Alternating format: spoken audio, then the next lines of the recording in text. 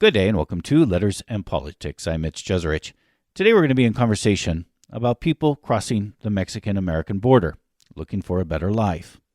But we will not be talking about Mexican or other Latin Americans who are coming northward.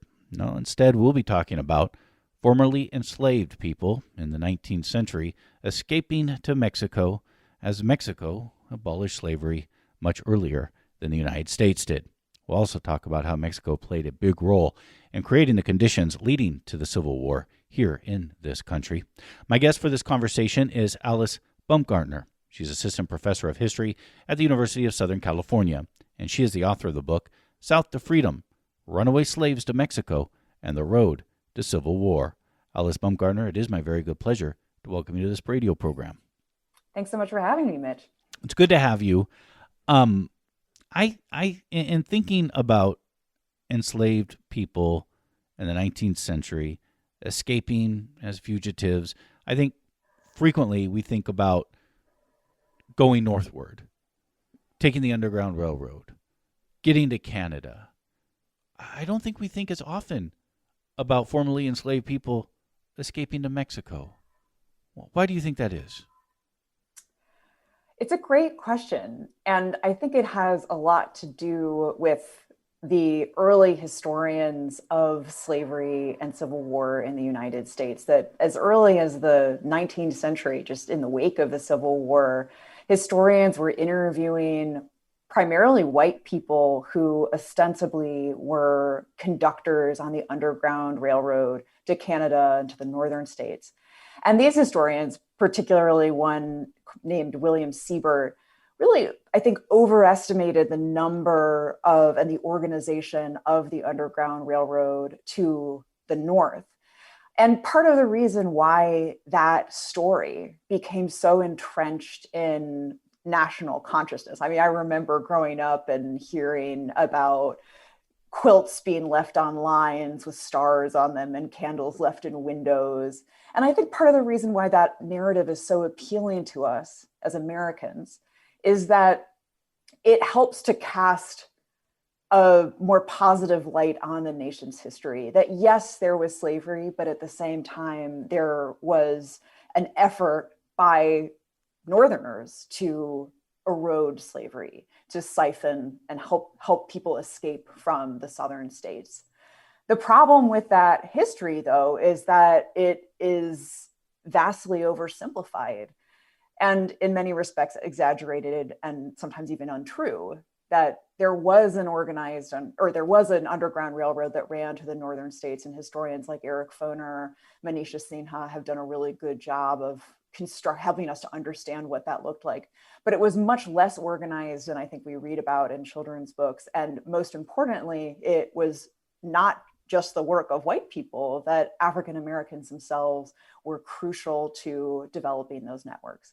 So I think that's part of the reason why the Underground Railroad to the north is so present in our thinking about fugitive slaves escaping.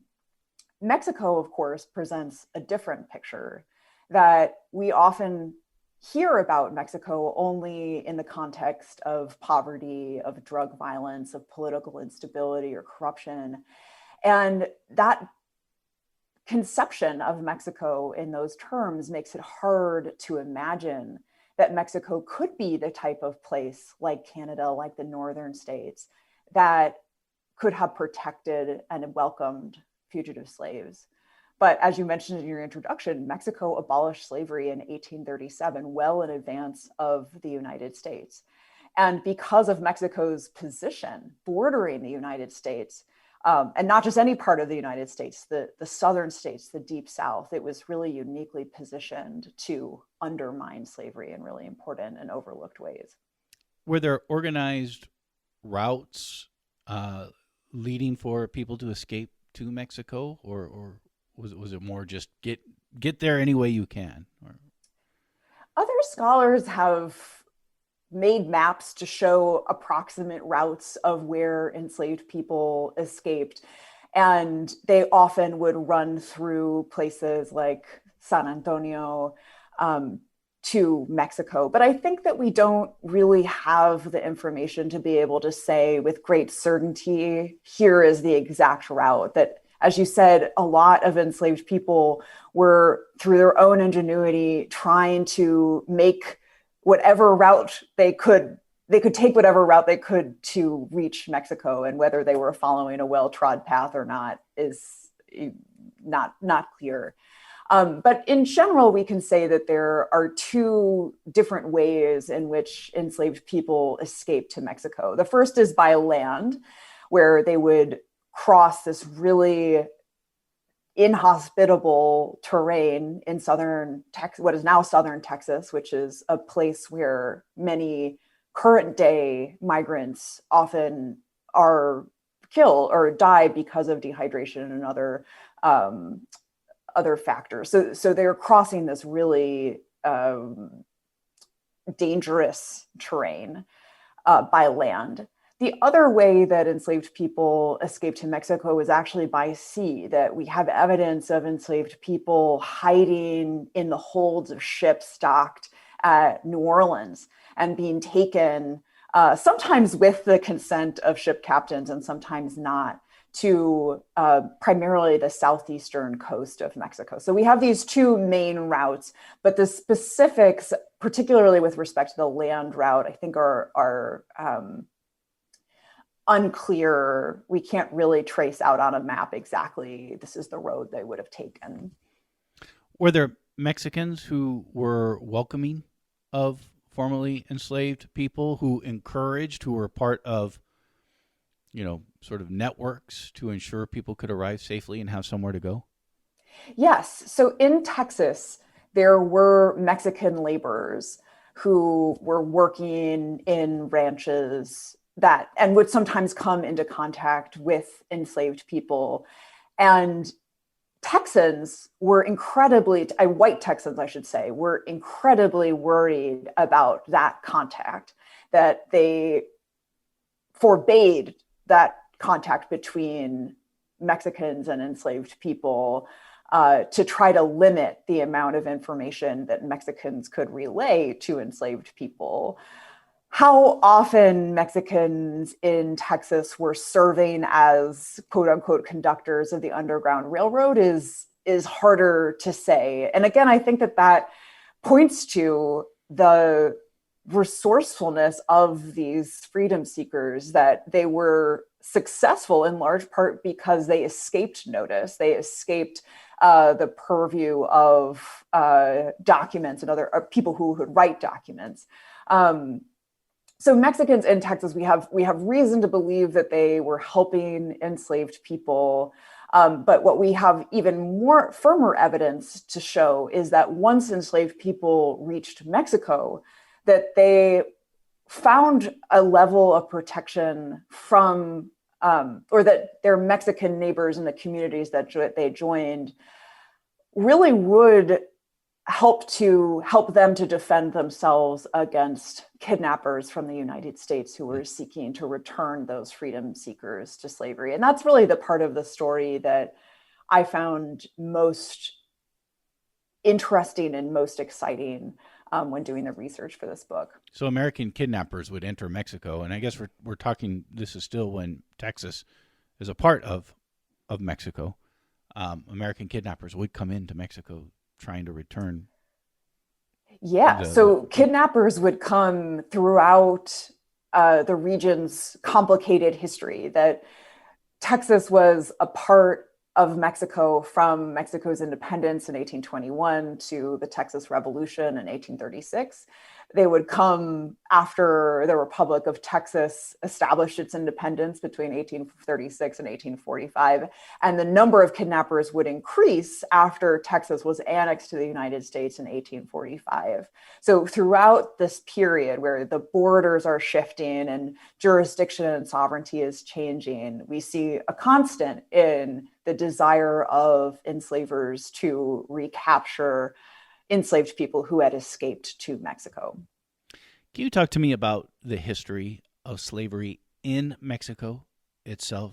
I found this in this part of your book to be really fascinating. Yeah, we don't often think about Mexico as a place that has a deep history with slavery. But in fact, during the colonial period, when Mexico was known as New Spain, it was a major importer of African slaves. And in fact, between 1580 and 1640, New Spain imported more enslaved Africans than any other colony in the Americas except Brazil, which is really quite incredible. But as the indigenous population of Mexico recovered from the diseases that had decimated them after the arrival of the Spanish, there's this shift away from Black slavery and towards other forms of labor that could use those indigenous people as laborers in Mexico. And so we see a decline in the importance of Black slavery in the end of the colonial period and the beginning of the early national period. Mexico declared its independence, or New Spain declared its independence from Spain in 1810, and it finally won that independence in 1821. And in much the same way that the American Revolution caused this surge of anti-slavery in the early United States, the Mexican independence movement had the same effect, that more than half of Mexico's 19 states passed gradual emancipation laws in much the same way that northern states like Pennsylvania, Connecticut, Rhode Island did. And a little less than half of them actually abolished slavery outright. So we see this huge increase in anti-slavery sentiment in Mexico. And even though the enslaved population of Mexico was quite a bit smaller than the enslaved population of the United States, there was still this same problem, these same concerns with complete abolition at a national level in Mexico as there were in the United States. That in both countries, complete immediate abolition posed a threat to the quote unquote property rights of slaveholders.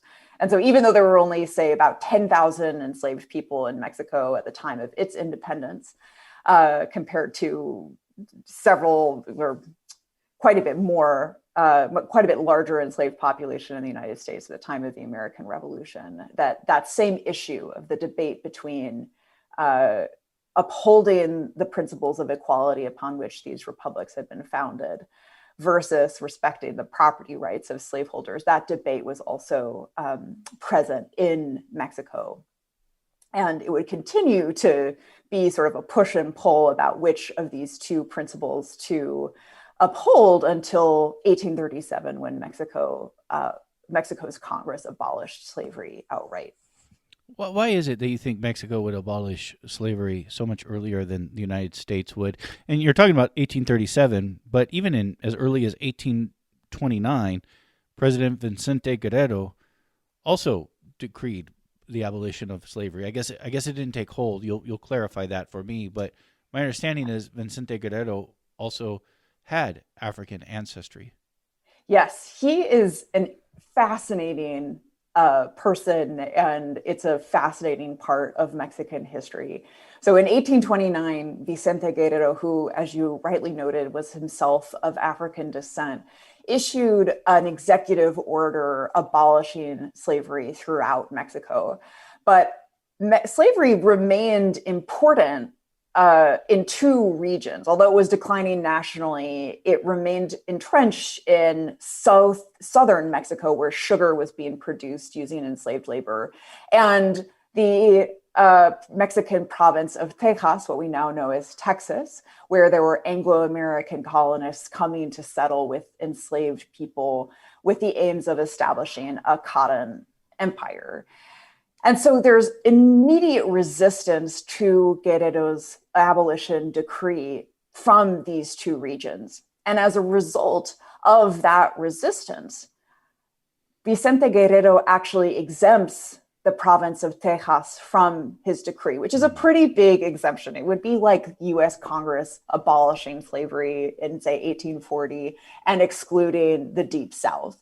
It's a huge slaveholding region of Mexico. So that's one reason why Guerrero's 1829 decree doesn't really abolish slavery. The other reason is that in 1831, 2 years later, Mexico's Congress actually abrogates that decree for a variety of reasons.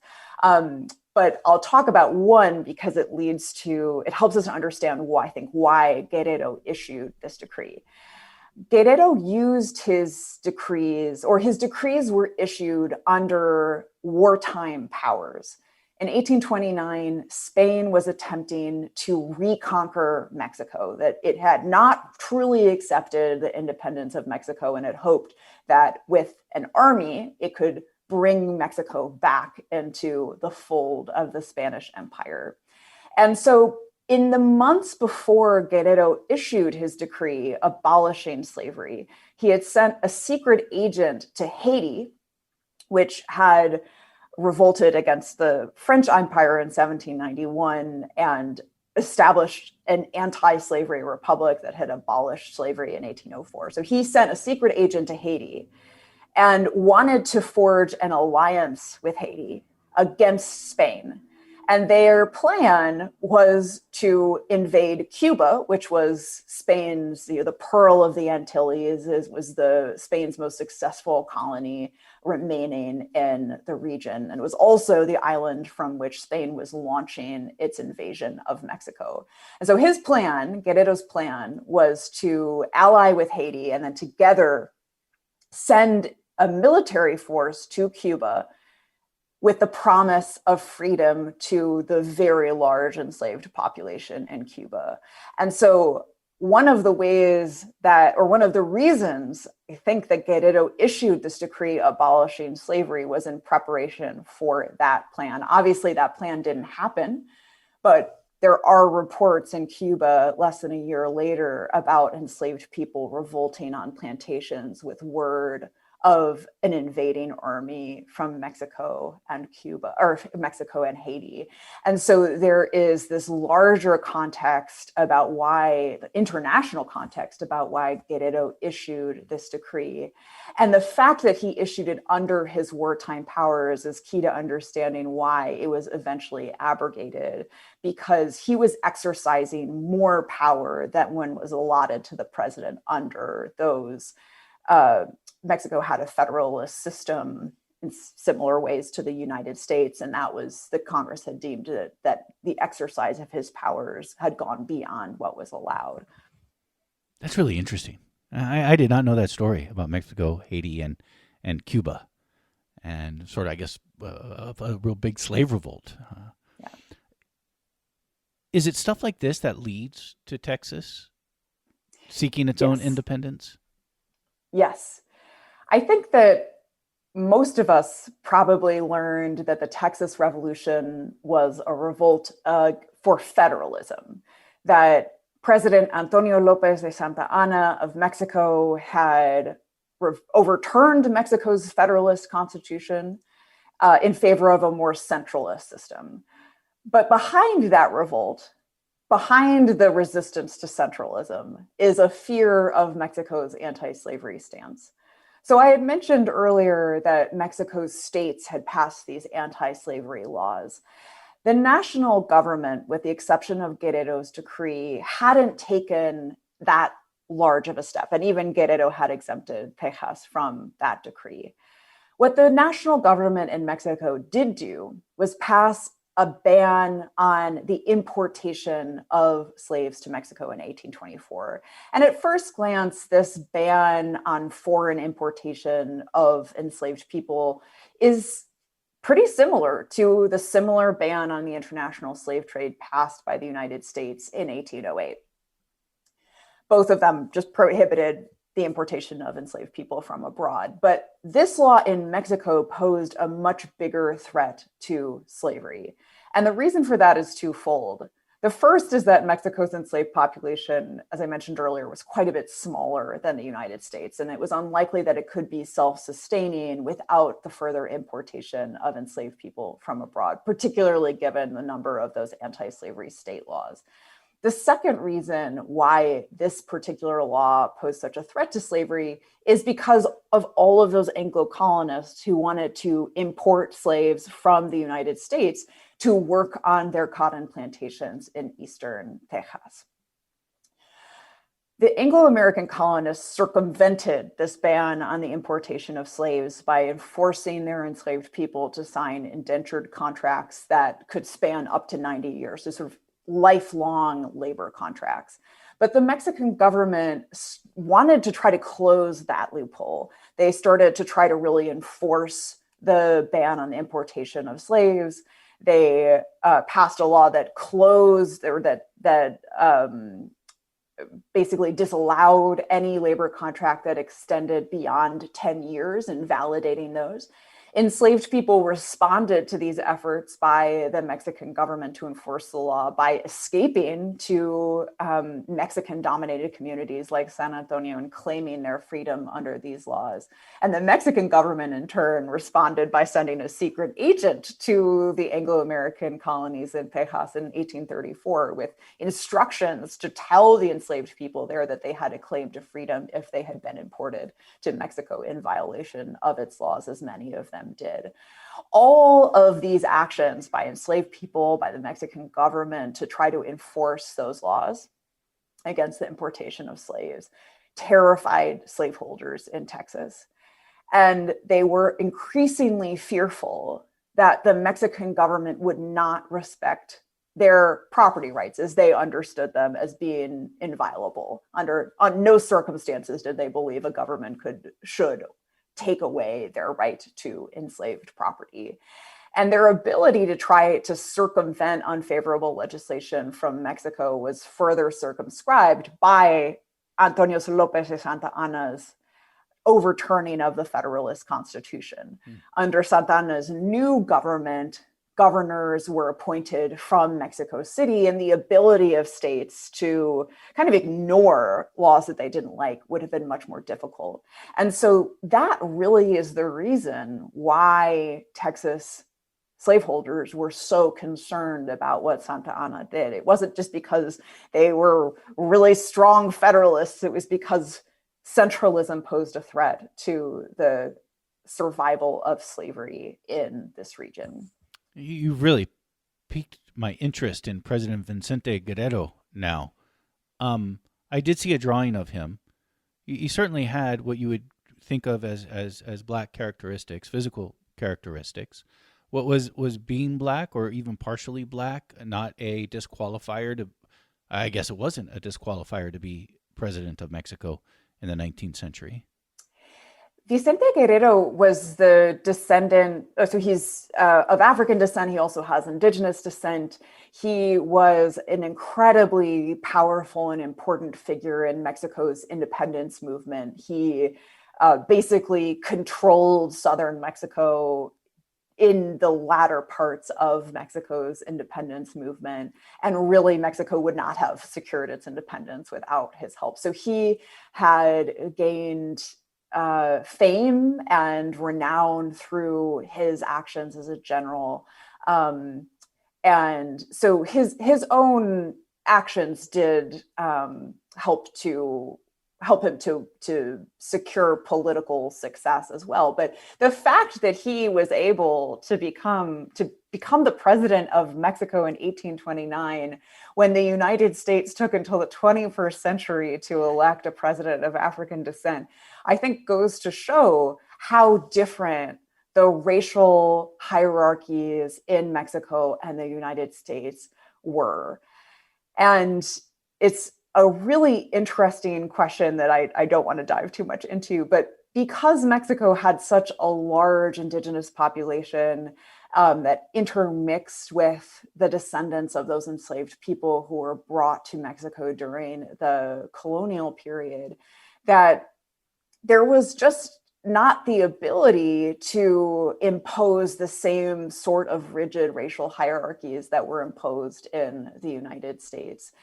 And Mexico's independence movement was really opposed to those racial hierarchies. During the colonial period, there was a really elaborate system of castes that would delineate, the name for someone who was the descendant of a white person and a person of African descent, a white person and an indigenous person. They had this very complicated system of delineating all of these different types of intermixture. But in 1821, when Mexico declared its independence, it abolished all of those distinctions of caste. And so it is incredibly difficult, next to impossible, to find any official record in Mexico during the 19th century that includes any information about someone's race.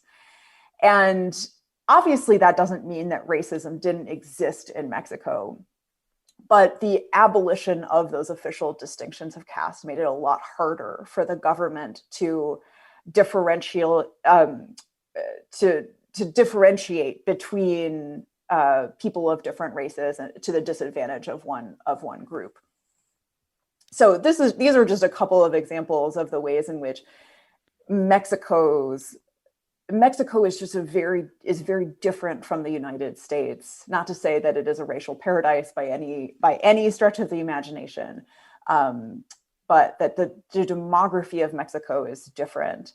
And the actions that the Mexican government took with respect to race in the wake of its independence movement were different. And those had long-standing consequences that could lead to the election of a person of African descent in 1829. This is Letters in Politics, and we are in conversation with Alice Bumgartner. She is assistant professor of history at the University of Southern California, and she is the author of the book that we are in conversation about. It's called South to Freedom, Runaway Slaves to Mexico and the Road to Civil War. So it's really interesting to think about how slavery and the threat of abolishing slavery would cause Texas to break off, claim its independence from Mexico. Of course, then in, I think it's 1845, Texas would be annexed by the United States. The very next year, we get the Mexican-American War. Would you argue that issues over slavery and the abolition of slavery and what was happening in Mexico was also led or was a condition that would bring us the Mexican-American War? It was certainly part of the decision to annex Texas. 6 months after the Texans declared and won their independence, they already were petitioning for annexation to the United States, and for good reason. They had a really hard time establishing an independent republic that was financially secure. They racked up huge amounts of debt. And annexation very soon after the revolution was seen as the way to both protect slavery and secure the future of those cotton plantations in Texas. So Texans wanted to be annexed to the United States, but the US Congress is very hesitant to accept the annexation of Texas. Part of that has to do with fears that the annexation of Texas would provoke additional sectional controversy in the United States. Part of it has to do with the fear of being saddled with Texas's really enormous debts. This is especially in the wake of the devastating panic of 1837. The US government really didn't want to be in a position where it had to assume those debts. Pro-slavery interests, of course, desperately wanted to annex Texas to the United States. And from 1836 to 1845, they were conniving to convince people to turn the tide of public opinion in favor of the annexation of Texas. And one of the ways that they did that was by arguing that Britain was attempting to abolish slavery in Texas. And that was a concern to everyone, not just Southerners, Southern whites, but also Northerners, because it was a violation of the Monroe Doctrine, which was a doctrine established by President James Monroe in the 1820s that forbade any interference by Europe in the affairs of the Americas. It was not a doctrine that anyone paid much attention to in the 1820s, but in the 1830s, slaveholders used that to argue that they needed to annex Texas in order to prevent that interference from Britain. I actually went to the British archives to see whether there was any evidence that Britain was trying to do this. And it's true that there were some British abolitionists who were pushing this idea, but the British diplomats were not at all trying to interfere with slavery in Texas. They wanted Texas to remain independent so that it could serve as a quote unquote dike to the expansion of the United States, just stop the US from expanding further west. And they explicitly said that they did not want to drive Texas to join the United States by seeming to intermeddle with any issues of slavery. So Britain, this was all sort of fake news. But there was an element of it that was true, because there was one country that was trying to undermine slavery in Texas, and that was Mexico. Mexico continued to circulate anti-slavery materials in Texas, trying to encourage enslaved people to revolt. It refused to negotiate with Texas to acknowledge its independence unless Texas abolished slavery. And so we can see that the kernel of truth here is that Mexico was trying to abolish slavery in Texas. And so in a roundabout way, this abolition, the anti-slavery stance that Mexico is taking does play into the annexation of Texas. And as a result of the annexation of Texas, about a year later, the United States instigates a war with Mexico, the US war with Mexico. I have frequently thought, and I think you can, there are many points on the timeline that you could point to where this is what leads to the Civil War. And I think you could do it before even the Mexican-American War. You can go back to the Missouri Compromise, right? Mm-hmm. Go back to the founding of the country if you want. But oftentimes I looked at it as the Mexican-American War in the sense of the United States, because of that war, almost doubles in its size. And now there's a big question of these new areas that will become states. Will they be slave states or non-slave states? And then you have the whole balance of power in Congress that would be, would be the outcome of whatever happened in that equation. And I'm gonna come back to that in a moment, but I want to step to a side and you'll forgive me if I'm getting us off topic here. But through this conversation, I'm thinking of what were called filibusters. And the reason I'm asking you about filibusters is because everyone's talking about filibuster today as this Senate procedural move to stop passage of a bill. And we did a show on the history of the filibuster and found out that the term filibuster comes from these pirates in this period of time that we're talking about that would overrun Latin American and Central American and Caribbean countries in an effort, my understanding, but I don't know a lot about this. This is why I'm asking you. My understanding is a lot of these were actually funded by the slave power of the southern United States. Is there a connection to these filibusters to the story that you're telling?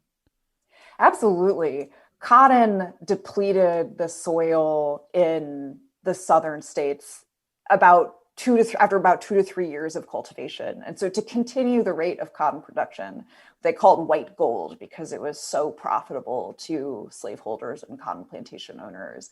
They needed more territory. So on an economic level, they wanted to seek out that territory. And even though we think of northern Mexico as a place that wouldn't be a good location for cotton plantations, Coahuila, which is the Mexican state just south of Texas, actually had cotton plantations as well. So there was filibustering was partly motivated by a desire to expand the amount of territory that could be open to cotton plantations and slave-based cotton agriculture.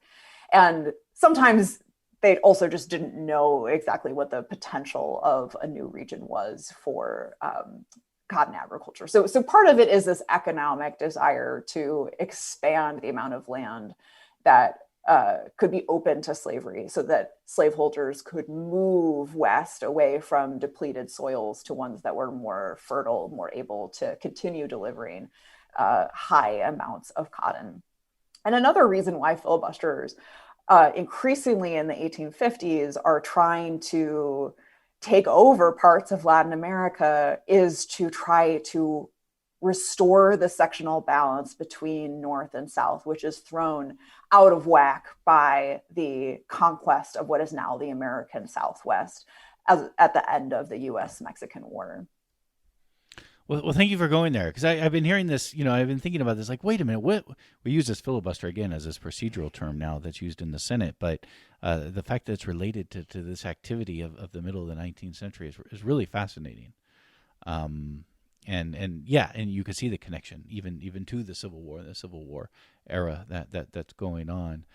It's also, and we talked a lot about Texas so far. California is a very important state in this story. California would be, after the Mexican-American War, would be admitted as a non-slave state to the Union, but that came with a great cost in exchange for the Fugitive Slave Act. Can you talk to me about how the Mexican Civil War and its aftermath sort of laid the groundwork towards what would have inevitably be in the next decade or so the Civil War? Absolutely. So historians have long recognized that the US-Mexican War contributed to the outbreak and the acceleration of sectional controversy between slaveholding and non-slaveholding states in the 1850s. But it's often been unclear why exactly it was that the conquest of this territory in particular proved so controversial. To explain why, let me just give you a quick crash course in US expansion. That in the American Revolution, we start with the United States, 13 colonies on the eastern seaboard. And by the 1850s, the United States has expanded all the way to the Pacific. And for most of that expansion, the US Congress was able to maintain sectional equilibrium, an equilibrium between the North and the South, by basically dividing newly acquired Western territories in two. Starting at the Ohio River, Northwest Territory, slavery was prohibited. The area south of the Ohio River, slavery was allowed. Going further west, the line of latitude 3630, which was enshrined in the Missouri Compromise, prohibiting slavery north of that line in the Louisiana Purchase, and allowing it south of that line. And there were many congressmen who, in the wake of the US war with Mexico, wanted to just extend that line all the way to the Pacific. And that would have worked. It would have maintained the sectional balance between North and South, such that the non-slaveholding and slaveholding powers would have had equal representation in the Senate, where each state gets 2 representatives. The problem with the acquisition of territories from Mexico, really the conquest of those territories, is that for the first time in US history, the history of this expansion to the West, the United States has acquired territory where slavery is explicitly abolished by law. And Northern politicians of both political parties, so they're Whigs and Democrats, although the different names, they're just as divided in the 1850s as Democrats and Republicans are now. But the Whigs and Democrats in the North come together, and even some from slaveholding states agree on this too, that it would be wrong and it would be unconstitutional for the United States Congress to reestablish slavery where it had been explicitly abolished. And it was just to remember, it was abolished by Mexico. Yes, it was abolished by Mexico in 1837. That was the reason why this territory was so different and really became such a bone of contention after its conquest. And some people in the United States would call it a poison to the United States. And the reason was that abolition of slavery in Mexico in 1837.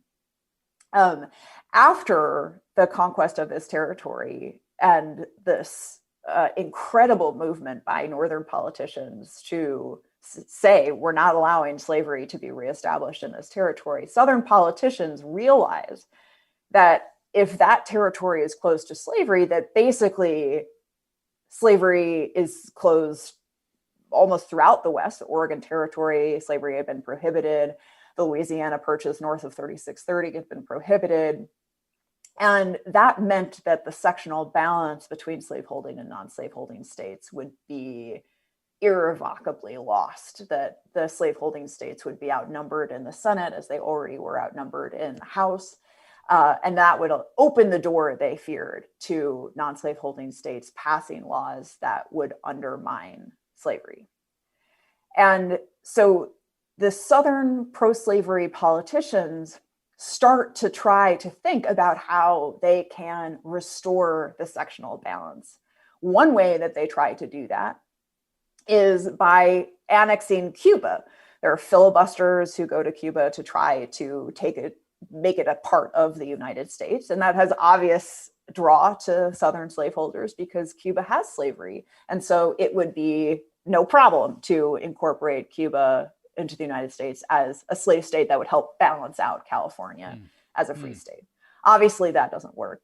And in fact, none of their antics to try to restore the sectional balance work. And that in itself, I think, is really crucial to understanding why it was that the Southern states decided to secede in the wake of Lincoln's election in 1860. That's really interesting. And a lot of people oppose the Mexican-American War within the United States, even some of the big names like Ulysses S. Grant or Abraham Lincoln. Yeah, I think that we have, as a country, really made great strides, although we obviously need to keep making strides in recognizing two of our nation's founding sins, the killing of indigenous people and their forced removal to the West, and the enslavement of people of African descent. But there's also a third sin, which is the conquest of these territories from Mexico in what was at the time seen, and rightly so, as an unjust war. What role do indigenous people, particularly in Mexico, play in this story? It's a really fascinating part of the history. And I think I'll start by answering about how indigenous people in the United States play in this story. That Mexico is very concerned with both populating its northern frontier and also encouraging or helping to protect that northern frontier, that they believed those two aims were intertwined, that by populating it, they could protect it, they could govern it. And beginning in the 1820s, Mexico, in addition to offering land to those Anglo-American colonists who wanted to establish cotton plantations, Mexico also granted land to indigenous peoples who were being removed from their homelands. And so we see indigenous groups moving to Texas, moving to Mexico, and taking advantage of that promise. And Mexico continues to try to provide an alternative to indigenous peoples who are being forced to relocate to Indian territory. And in 1850, the Seminole Indians, who had been forced from their Florida homelands, decide to come to Mexico and basically settle in the northern Mexican state of Coahuila. Now, the Seminoles in Florida had sort of a contingent of the descendants of fugitive slaves who had escaped to Florida during the colonial period from Georgia and the Carolinas. And that contingent is known as the Black Seminoles. So the Seminole and the Black Seminole moved to Mexico, and their community in northern Mexico becomes a locus, a real magnet for freedom seekers from Texas and Louisiana. We see a huge number of enslaved people escaping to join that particular community, and their descendants, in fact, still live in one town in that northern Mexican state of Coahuila. So there's this really interesting interplay between indigenous people and people of African descent crossing this border. Maybe I'll stop there. In our time remaining, is there a story of anyone who was enslaved that escaped to Mexico that you think sort of really gets at the heart of the story that you're telling? Oh, there are so many that really stuck with me over the course of this research. But maybe I will just talk about one enslaved man who escaped from Eastern Texas sometime in the early 1850s.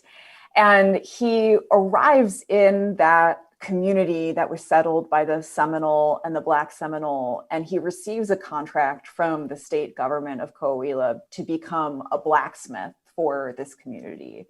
And in his contract with the state government, there's a clause that says that he can leave his work, his post, for a number of months in order to go back to Texas to try to bring his brother back from slavery.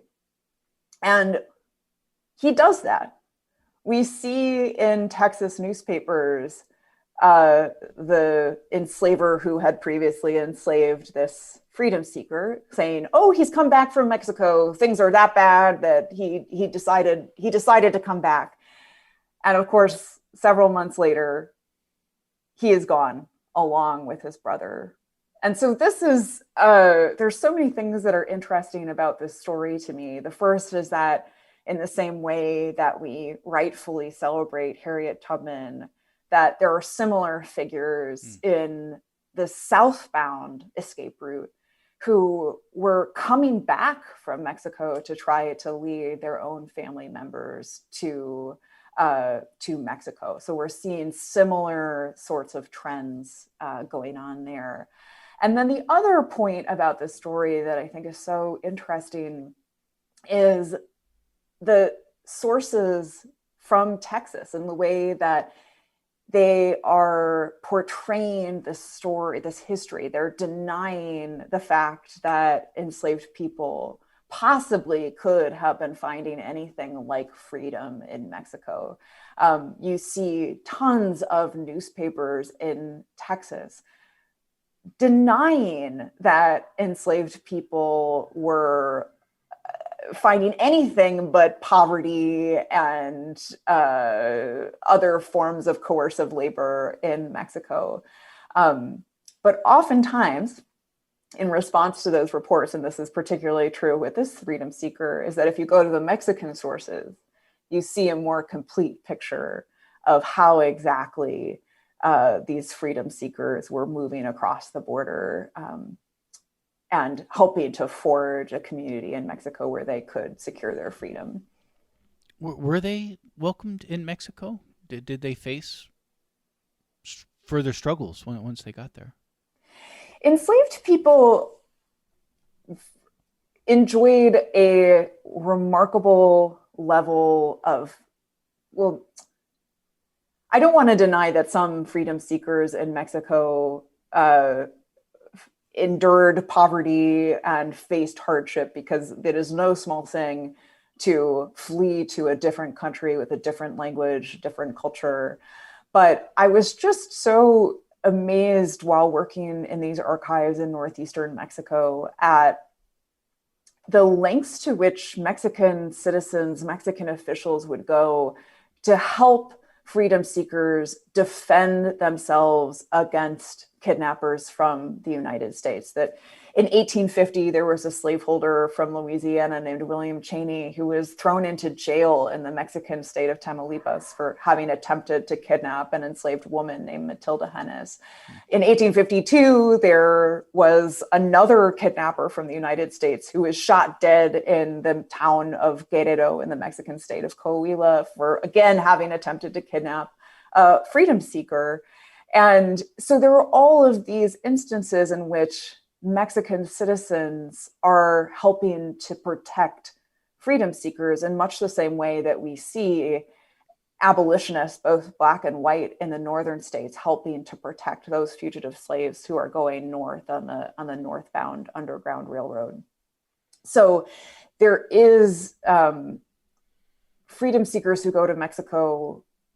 It's a complicated story that I can't get into as much detail as I would like to, and as I did in the book. But many of them were able to assimilate into Mexico and, perhaps more importantly, exercise citizenship rights. Citizenship was not excluded to people of African descent as it was in the United States. And I think there's really no better measure of their belonging in the communities that they joined than the fact that their neighbors, their Mexican neighbors, would sometimes go so far as to risk their own lives to help protect those freedom seekers from being returned to human bondage. Are there areas in Mexico today where you can find descendants of people who escaped? Yes, so there's one town in northern Coahuila called Nacimiento, where there are the descendants of Black Seminole and freedom seekers who had joined the Black Seminole and the Seminole in northern Mexico. And so the Washington Post did a great article about this community probably about a year ago, and anthropologists go down there and do interviews. So they are still there. Enslaved people who didn't join that community tended to assimilate into Mexican communities, learning Spanish, taking Spanish or Mexican names, and marrying Mexican people. And they are much harder to trace, obviously, because they didn't form this distinct community. They assimilated into Mexican society. Alice Bumgartner has been our guest. Alice Baumgartner is a professor of history at the University of Southern California, and she has joined us for a conversation on her book. It's called South to Freedom, Runaway Slaves to Mexico, and the Road to Civil War. Alice Baumgartner, I've enjoyed our conversation very much. I found it quite interesting, and I thank you dearly for taking this time to talk to us today. Thanks so much for having me.